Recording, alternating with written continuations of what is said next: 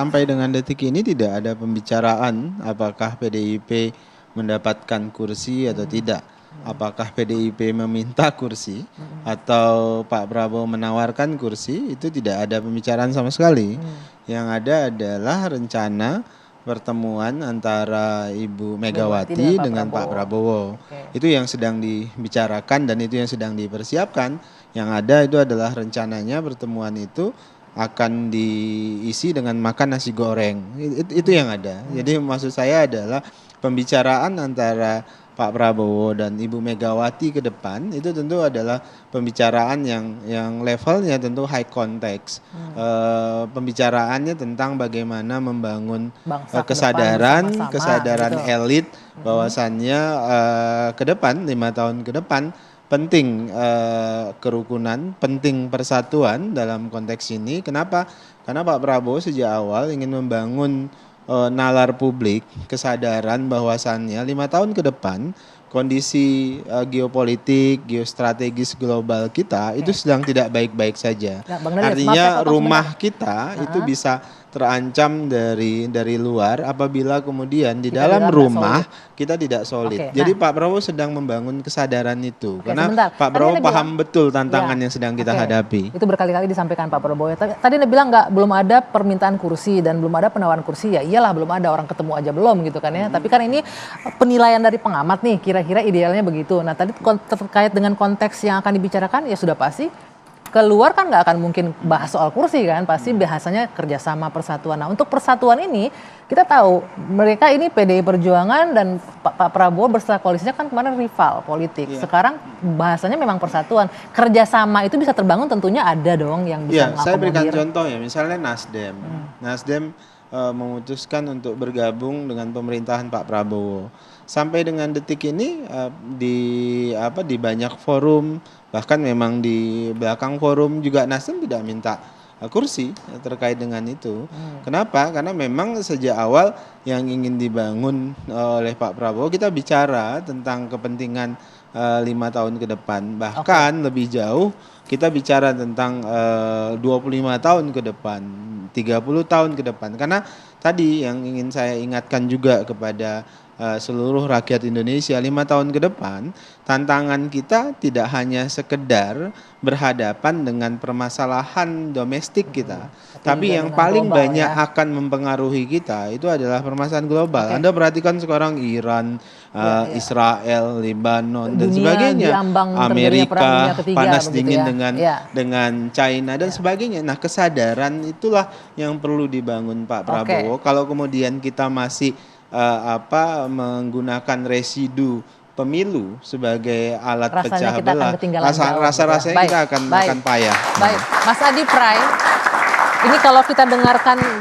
juru bicara memang tugasnya begitu kan, berbicara yang bagus, rapi begitu kan, konteksnya konteks ideal lah yang harus dicapai pemerintahan Pak Prabowo nanti. Tapi mungkin nggak bersatu? Diharapkan memang residu sisa pilpres nggak berjalan terus sampai ke depan. Tapi bersatu tanpa ada embel-embel. Sekarang kan nggak ada istilah makan siang gratis ya. Kalau mau bersatu siapa dapat siapa? Ada. Ya, ada. Pak Prabowo punya ya. Udah lupa saya, maaf.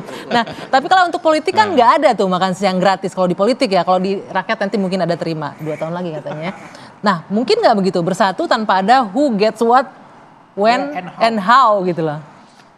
Saya kira bisa. Itu terjadi ketika SBY jadi Presiden Republik Indonesia dan Ketua MPR-nya adalah Taufik Kemas. Apa yang bisa kita jelaskan dengan fenomena itu? Maksudnya apa itu? Satu sisi itu adalah akomodasi politik secara simbolik kepada PDIP yang kalah Pilpres, tidak mau berkoalisi, tapi ada elit penting namanya Pak Taufik Kemas jadi Ketua MPR. Itu koalisi yang bentuk yang lain. Dan pada saat yang bersamaan sepanjang 10 tahun PDIP tetap agresif menyerang SBY dengan kebijakan-kebijakannya yang dinilai tidak pro rakyat. Saya tidak mau berburu-buru terkait dengan soal apakah PDIP akan berkoalisi dengan Prabowo dalam bentuk konsesi politik seperti menteri. Karena per hari ini jarak psikologis PDIP dengan Jokowi itu belum selesai. Karena tidak mungkin PDIP itu hanya berkoalisi dengan Prabowo tanpa Gibran Rakabuming Raka. Kan tak mungkin berkoalisi sebelah mata. Prabowo tapi Gibran tidak. Mengakui presidennya saja tapi wapresnya enggak. Saya menduga mungkin nanti PDIP akan menjadi bagian dari koalisi pemerintah, menjadi bagian dari koalisinya Prabowo kalau hubungan Jokowi dan Bu Mega, Prabowo Subianto itu tidak baik-baik saja. Masuklah di situ. Kan itu yang kemudian sebenarnya tunggu. Kenapa ada indikasi ke sana kah hubungan Pak Jokowi dengan Pak Prabowo bisa nggak baik-baik saja? Urusan duniawi ini tak ada yang abadi. Semuanya itu serba babak belur dan serba luluh lantak. Apalagi dalam urusan-urusan politik. Enggak, pasti Anda berbicara ada dasarnya ya. Ada indikasi apa yang membuat seorang Adi Praetno bisa menyebutkan itu? Kebersamaan gitu Jokowi dan PDIP 23 tahun bubar jalan.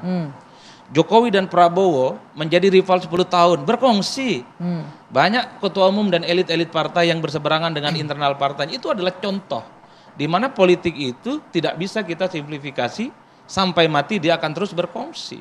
Oleh karena itu, saya ingin mengatakan bahwa per hari ini saya tidak terlampau yakin PDIP sekalipun berkoalisi dan mendukung Prabowo akan menjadi koalisi dari pemerintah. Paling yang disepakati adalah soal bagaimana alat-alat kelengkapan dewan di parlemen. Kalau per hari ini ada yang mencurigai bahwa PDIP jadi ketua DPR itu sebagai bentuk kompromi politik, saya ingin membantah. Undang-undang MD3 menegaskan bahwa partai pemenang pileg itu otomatis jadi ketua DPR. Nah, sebentar. Itu memang benar karena memang sesuai undang-undang. Tapi kan sempat ada nih di awal untuk revisi, isu untuk revisi undang-undang Betul, MD3. cukup sudah revisi karena selera politik itu terjadi 2014 yang lalu. Jangan lagi ada upaya-upaya untuk merevisi undang-undang hanya karena persoalan politik yang berbeda. Kedepan siapapun yang menang Pilpres, sekalipun pemenangnya Pileg itu beda, jangan diubah ini undang-undang MD3. Bahaya. Karena ini yang akan merusak tatanan demokrasi dan tatanan kebangsaan dan keberadaan kita. Politik ya. Saya menduga jangan-jangan di tahun awal memang koalisinya adalah koalisi bentuk parlemen, bukan dulu masuk ke pemerintah. Karena belum ada keputusan resmi dari PDIP. Tapi itu tadi, kalau memang hilal politiknya ada indikasi hubungan yang tak lagi mesra misalnya antara Bang Dhanil Anhar Simanjuntak ya dengan kubunya Pak Jokowi, bukan tidak mungkin PDIP akan masuk di dalamnya. Tapi begini Anggi, kepentingan berkoalisi. Nanti saya lupa sebentar. Apakah benar gitu ada indikasi bahwa mulai ada nih keretakan, bisa saja terjadi keretakan antara Pak Prabowo dengan Pak Jokowi gitu loh. Iya, yang jelas sampai dengan hari ini dan insya Allah ke depan Pak Prabowo dan Pak Jokowi itu baik-baik saja, saling mendukung, saling menyokong. Dan Pak Prabowo adalah tipologi pemimpin, politisi, ya, negarawan yang menjaga baik hubungan dengan siapapun. Artinya beliau tidak ingin berkonflik secara personal dengan apalagi ini pemimpin bangsa dan mantan pemimpin bangsa. Pun demikian kan sebenarnya dengan Ibu Megawati. Pak Prabowo punya sikap politik yang berbeda misalnya dengan Ibu Megawati, tapi kemudian itu tidak membuat Pak Prabowo secara personal itu punya hubungan yang jelek.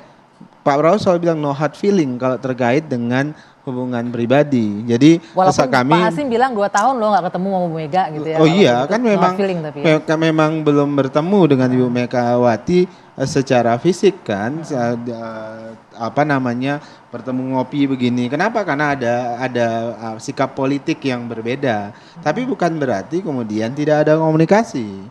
Saya mau katakan adalah Pak Prabowo dan Ibu Megawati itu kan naik turun terkait dengan hubungan politik dan itu adalah hal yang wajar. Apalagi keduanya adalah baik saja, apalagi keduanya ini kan pemimpin politik dan punya gerbong yang banyak. Pun demikian. Tadi Anda bilang bukan berarti nggak ada komunikasi, artinya dalam waktu belakangan ini sudah ada komunikasi Bu Mega dan Pak Prabowo.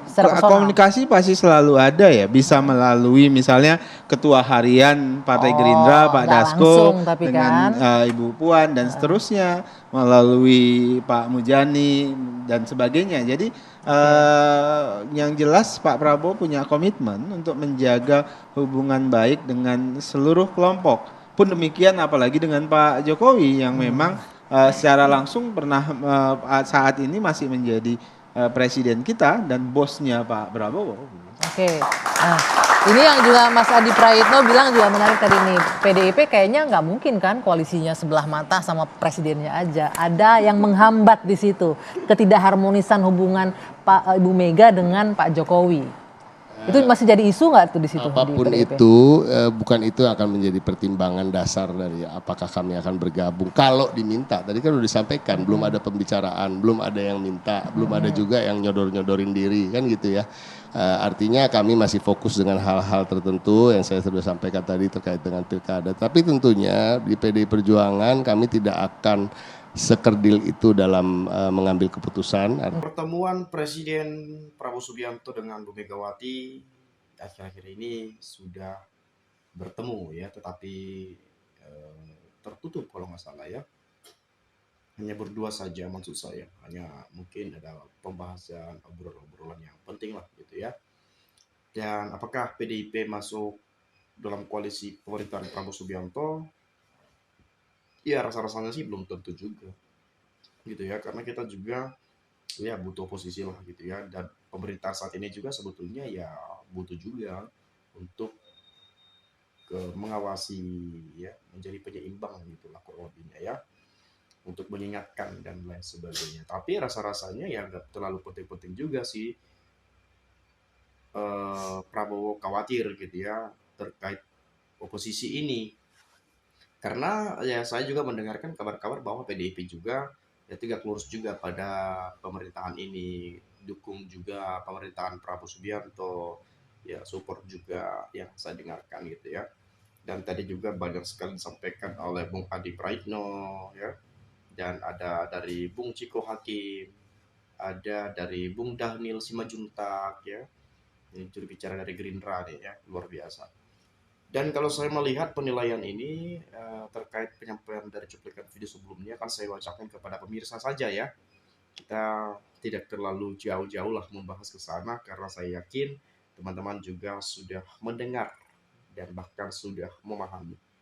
Nah, kalau saya lihat di sini dari Dwi Patmo, dalam elit ini rasa kebencian masih ada, dalam emosi masing-masing masih kuat.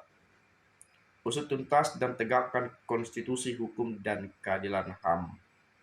Kapan media bicara tentang masalah negara, bukan masalah isu? PDIP banyak pengorbanan untuk Pak Prabowo. Pengorbanan apa? Enak aja minta jatah menteri. Mantap Mas Adi Praitno, terang benderang penjelasannya, keren. Emang negara-negara yang adil makmur nggak bersatu? Mereka bersatu, tapi mereka terus jaga kerja maksimal dari penguasa dan penyeimbang. Anaknya raja palsu ya. Kalau Daniel yang ngomong mending skip aja, nggak jelas dan muter-muter. Basi, hemat kota data. Masalah PDIP buta mata, Puan itu lebih suka Prabowo jadi presiden bukan Ganjar. Walaupun jadi wapres sekalipun Ganjar juga tidak disukai, walaupun Jokowi ingin Ganjar jadi wapres Prabowo. PDI masuk dengan imbalan 5 kursi menteri, apa kabar yang berkoalisi dengan Pak Prabowo kemarin? Nasi goreng itu aja udah bentuk kiasan secara politik. Jadi sesuatu akan jadi polemik itu pasti. Semoga Indonesia aman-aman saja ya. Bang Daniel, emang politisi bicaranya tentu politis, tidak jelas, tidak tegas terdengar. Enak saja, artinya bercabang ya. Ada lagi nih dari Gregorius ya. Sebaiknya PDIP tidak gabung dengan pemerintahan, akan ditinggalkan pemilihnya atau simpatisannya. Saya meyakini bahwa Pak Jokowi dan Pak Prabowo orang yang baik hati. Tapi di belakangnya mereka berdua terkadang yang jadi provokator, jadi biang kerok. Dalam isu kabinet Prabowo, Daniel Simajuntak tidak dinominasi sebagai menteri. Capek keluar-keluar tapi dicuekin. Kalau Ibu Megawati bertemu dengan Bapak Prabowo, rakyat pemilih PDIP berharap jangan sampai keluar jalur. Artinya demi jabatan di kabinet Prabowo lantas mengorbankan idealisme atau melacurkan ideologi. Kalau Ibu Megawati bertemu dengan Bapak Prabowo, rakyat pemilih PDIP berharap jangan sampai keluar jalur, artinya demi jabatan di kabinet dan lain-lain. Tadi sudah saya. Kemudian Nenek Banteng sedang memainkan dulu nih sesuai bacotannya. Woi, endingnya gimana ya? Gibran batu sandungan bagi PDIP di masa Pilpres. Harapan tadinya Ganjar Prabowo harga mati. ternyata Pak Prabowo smart, Prabowo Gibran asal muasalnya. Blunder sekali Pak Prabowo memilih Daniel Azhar sebagai jubir, kalau ngomong kadang asal jeplak. Ya tadi juga kita nilai lah seperti apa Bung Bahlil, bukan Bung Bahlil ya sorry, Bung Daniel ya, Daniel Simanjuntak ya, juru bicara dari Gerindra atau beliau. Nah yang terakhir ya, Jokowi yang notabene dari wali kota ke gubernur, presiden diusung oleh PDI Perjuangan. Jika dia kelakuannya yang dikhianati PDIP, bahkan rakyat seluruh Indonesia ya harus bertindak atas kebobrokan Jokowi. Adili, gembok di sel, Mulyono ini ya. Jadi banyak memang tuntutan massa yang selalu digaungkan, minta pertanggungjawaban Jokowi, adili Jokowi, penjarakan Jokowi, tangkap Jokowi dan lain-lain. Dan bahkan ini akhir-akhir ini saya lihat ada masalah ijazah palsu, mobil SMK, ya sidang-sidang yang lainnya juga lah gitu ya. Dan kita nggak tahu kedepannya bagaimana ini akan selesai, dan kita masyarakat Indonesia juga harus jeli dalam menilai, tidak asalan saja dalam menilai apa yang kita dengarkan informasi-informasi dari berbagai media, dari berbagai penyampaian pengamat politik, para politisi, dan yang lain sebagainya.